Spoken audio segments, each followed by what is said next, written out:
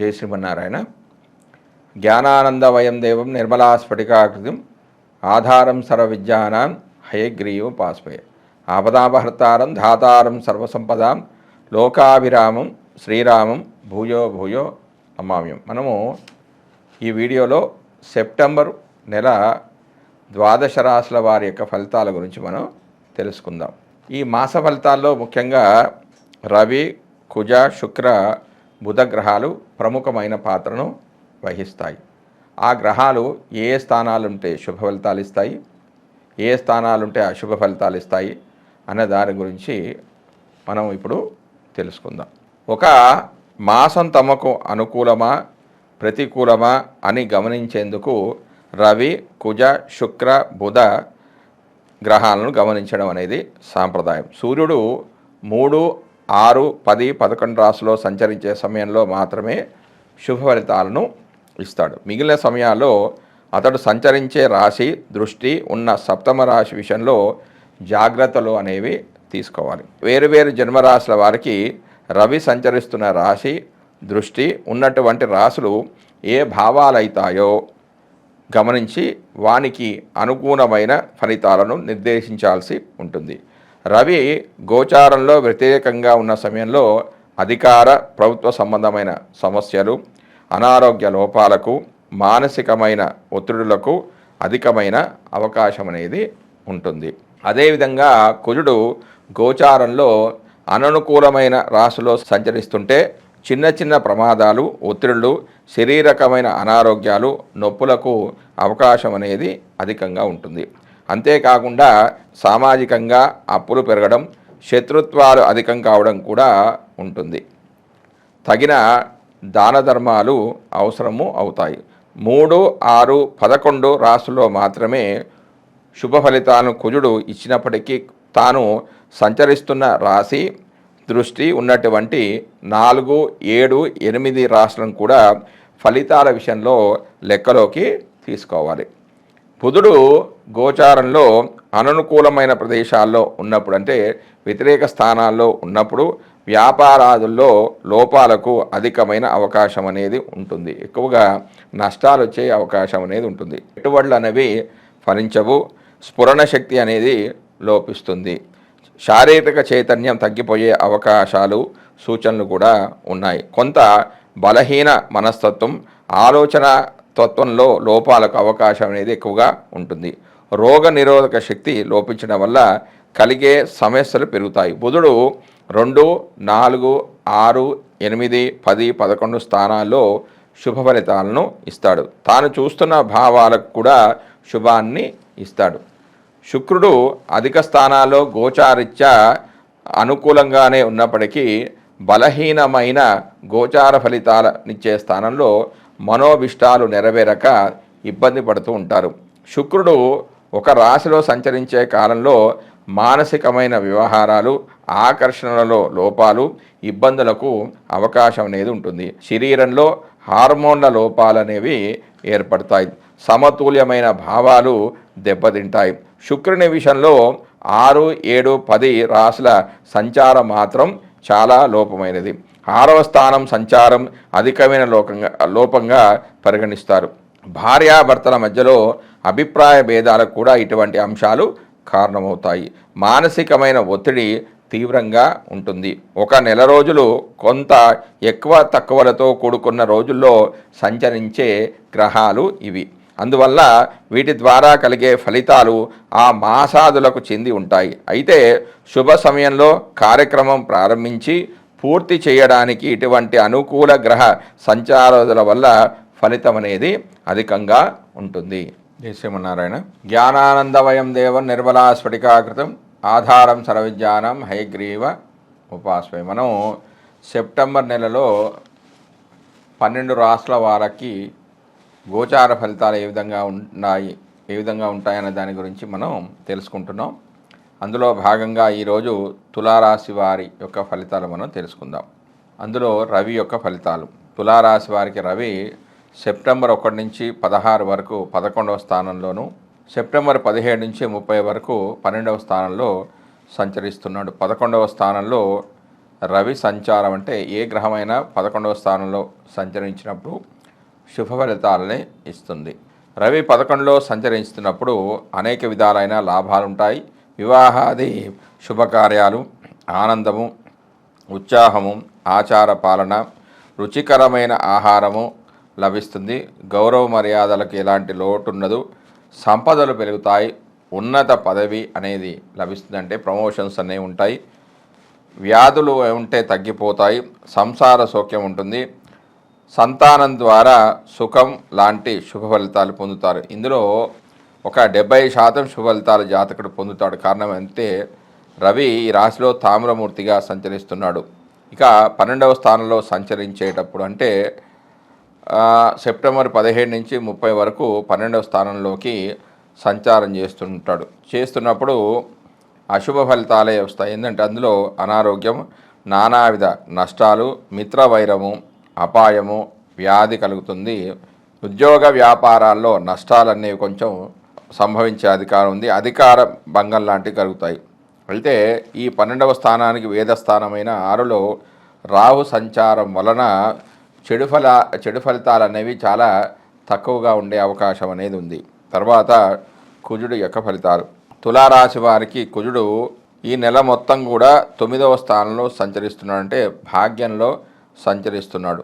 జన్మరాశి నుండి 9వ రాశిలో సంచరించే కాలంలో గౌరవ మర్యాదలకి చాలా లోపం అనేది ఏర్పడుతుంది. అంటే ఒక పాపగ్రహం శుభస్థానంలో ఉంటే చెడు ఫలితాలు అనేవి ఎక్కువగా జరుగుతాయి. శారీరక అస్వస్థత జరుగుతుంది. మానసికమైన అశాంతితో పాటుగా కళాకాంతులు తగ్గిపోయే అవకాశం ఉంది. శక్తి క్షీణత అనేది ఉంటుంది.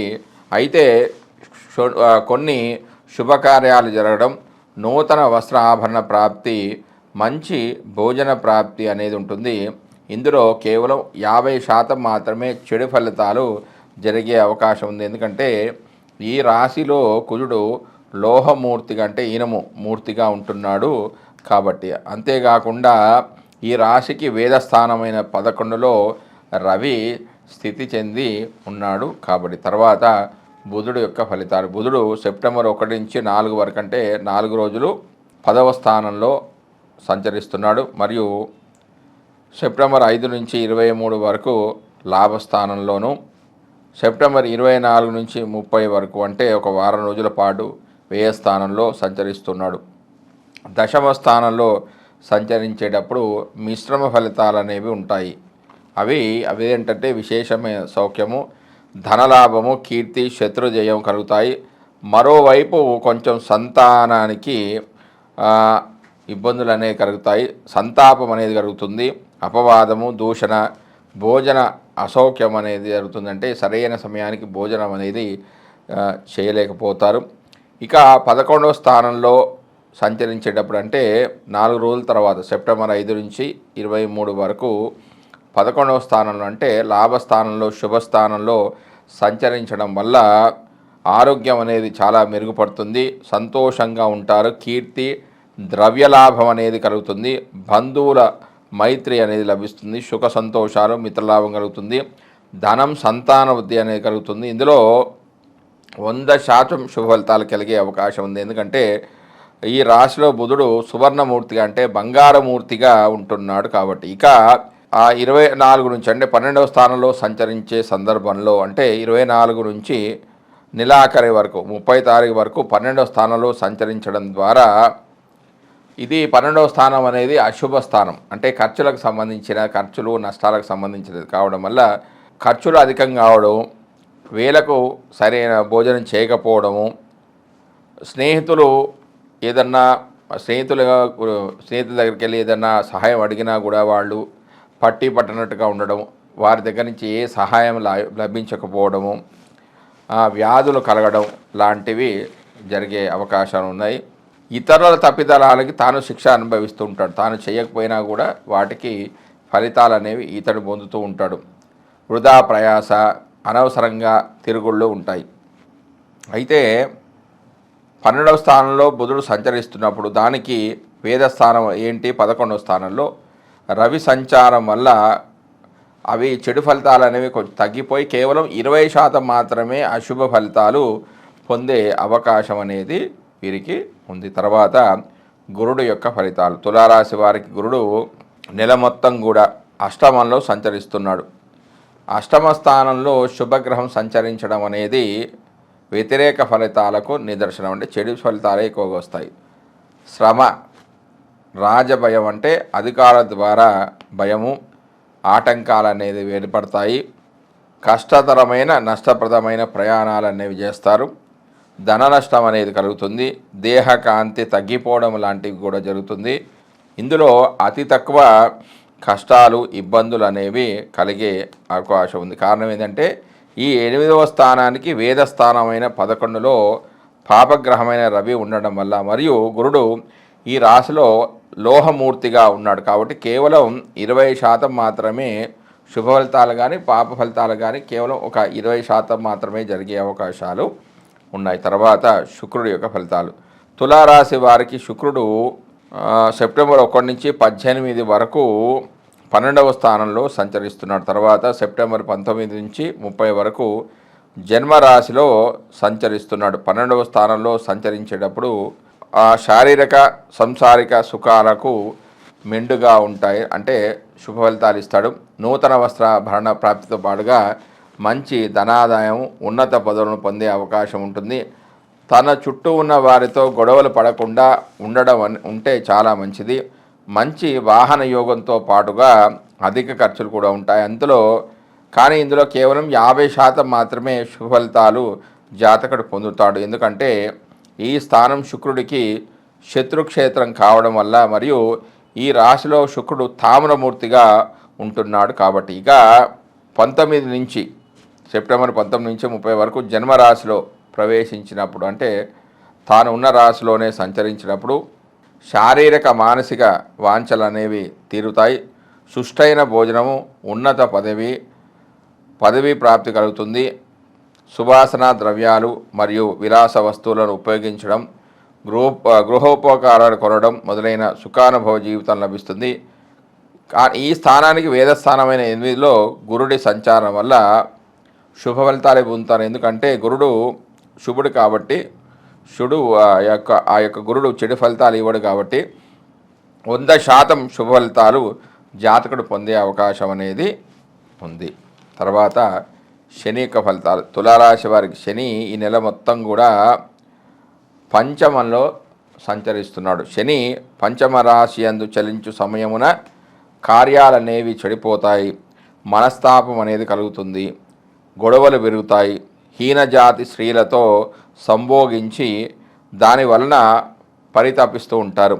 అశాంతి, సంతాన నష్టం, వివాహార భంగము, గొడవలు, చిత్తభ్రమ అనేది జరుగుతుంది. సంసారానికి దూరం కావడం వంటివి జరుగుతాయి. కానీ ఈ పంచమ స్థానానికి వేదస్థానమైన 11లో రవి సంచారం వలన రవి తన సొంత ఇంట్లోనే ఉండడం చేత అతి తక్కువగా చెడు ఫలితాలు కలిగే అవకాశం ఉంది.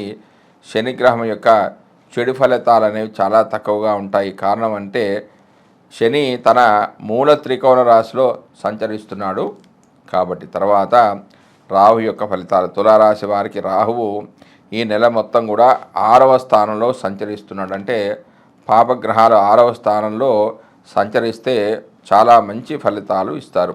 అవి కార్యనిర్వహణ, శత్రుక్షయము, తెలివిగా వ్యవహరించడం, వ్యవహారాలన్నీ కూడా చక్కగా నిలబెట్టుకోవడం, ఎల్లప్పుడూ సుఖము, శత్రువర్గం నుంచి భూలాభం వంటి మంచి ఫలితాలు కలుగుతాయి. కానీ ఇందులో 20% శుభ ఫలితాలు మాత్రమే జరిగే అవకాశం ఉంది. కారణం ఏంటంటే 6వ స్థానానికి వేదస్థానమైన 9లో కుజుడు స్థితి చెంది ఉన్నాడు.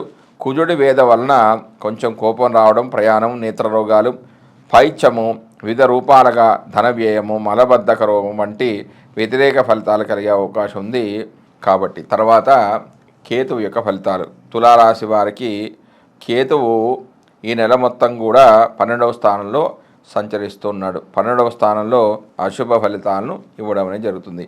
దారిద్రము, ధననాశనము, నేత్ర బాధలు, శత్రు భయము, అన్ని కార్యక్రమాల్లో విఘ్నాలు కలగడము, స్థాన చలనం కలగడం అంటే ఒక దగ్గర నుంచి తను ఉన్న స్థానం నుంచి వేరే చోటికి వెళ్ళిపోవడం, రావలసిన లాభాలకు ఆటంకాలు అనేవి ఏర్పడడం, అనవసరమైన ప్రయాణాలు వంటివి జరుగుతాయి. ఇందులో 50% మాత్రమే చెడు ఫలితాలు జరిగే అవకాశం ఉంది. కారణం ఏంటంటే ఈ రాశిలో కేతువు లోహమూర్తిగా సంచారం చేస్తూ ఉన్నాడు. కాబట్టి ఇప్పుడు ఈ తులారాశికి అధిపతి శుక్రుడు.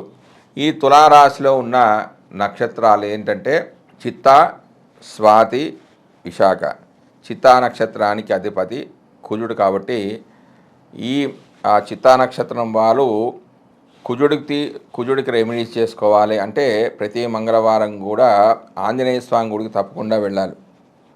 ఆంజనేయ స్వామి గుడికి వెళ్ళడం, అక్కడ బొట్టు పెట్టుకోవడం, హనుమాన్ చాలీసా పారాయణం చేసుకోవాలి. మరియు తులారాశికి అధిపతి అయిన శుక్రుడు కాబట్టి శుక్రుడికి సంబంధించిన దేవత ఎవరు?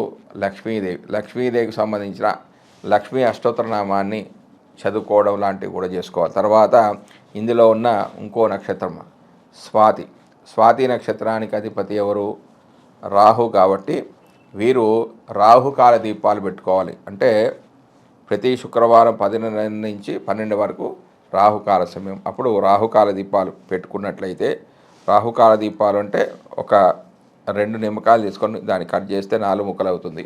ఒక దాంట్లో పసుపు, ఒక దాంట్లో కుంకుమ నింపి అక్కడ పెట్టుకొని, ఒక 2 తమలపాకులలో పసుపు గణపతిని అంటే దుర్గాదేవతను చేసుకొని దుర్గా అష్టోత్తర నామాలు చదువుకొని తర్వాత 2 అగరబత్తులు వెలిగించుకోండి. తర్వాత 2 స్ఫటికం నైవేద్యం పెట్టుకొని దుర్గా అష్టోత్తర నామాన్ని చేసుకున్నట్లయితే రాహు సంబంధించిన దోషాలన్నీ కూడా తొలగిపోతాయి. తర్వాత ఇందులో ఉన్న ఇంకొక నక్షత్రం చిత్తా, స్వాతి, విశాఖ అంటే గురువుకు సంబంధించింది. కాబట్టి వీళ్ళు ప్రతి గురువారం కూడా గురువుకు ప్రదక్షిణ చేసుకోవాలి. దేవానాంచ ఋషినాంచ గురుకాంచ సమీపం వందనీయం తిలోకేశం తన్మామి బృహస్పతి అనే గురువుకు ప్రదక్షిణ చేసుకోవాలి. వారి గురువులు ఎవరు, వారి ఇంటి దేవత ఎవరు, వారికి కూడా పూజ చేసుకున్నట్లయితే అంటే ఆ రాశాధిపతి కంటే శుక్రుడికి చేసుకోవాలి. గురువు కూడా ప్రదక్షిణ చేసుకున్నట్లయితే తులారాశి వారికి మంచి ఫలితాలు అనేవి వస్తాయి. జై శివనారాయణ.